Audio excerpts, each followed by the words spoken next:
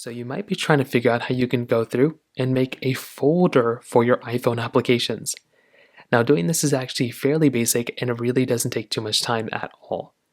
So to get started, what you're going to want to do is if you want to go ahead and make a folder on your iPhone home screen, kind of similar to this one, if you have a bunch of applications you want to go inside a side, all you're going to want to do is drag an application on top of another application.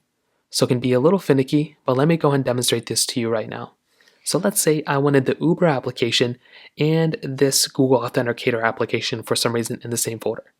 What I want to start off by doing is grabbing one of the applications like this. So then I want to move it around so it gets into this wiggle mode just like so. And then what I want to do is I want to drag and drop it over this other application. So find the other app and I want to drag and drop it like this. So once it comes up into this type of app, what I can do is I can just go ahead and drop it in. And that's basically all I'm going to have to do. I can swipe up and you can see I now have this secondary folder inside of this other application. So that's kind of all you're going to have to do. Now at that point, all I'm going to have to do here is basically hold down at the very top if I want to, and I can rename this folder whatever I want to. I can go and have separate pages inside of this folder. I can go ahead and completely remove these applications from this folder by holding it down and removing it like this.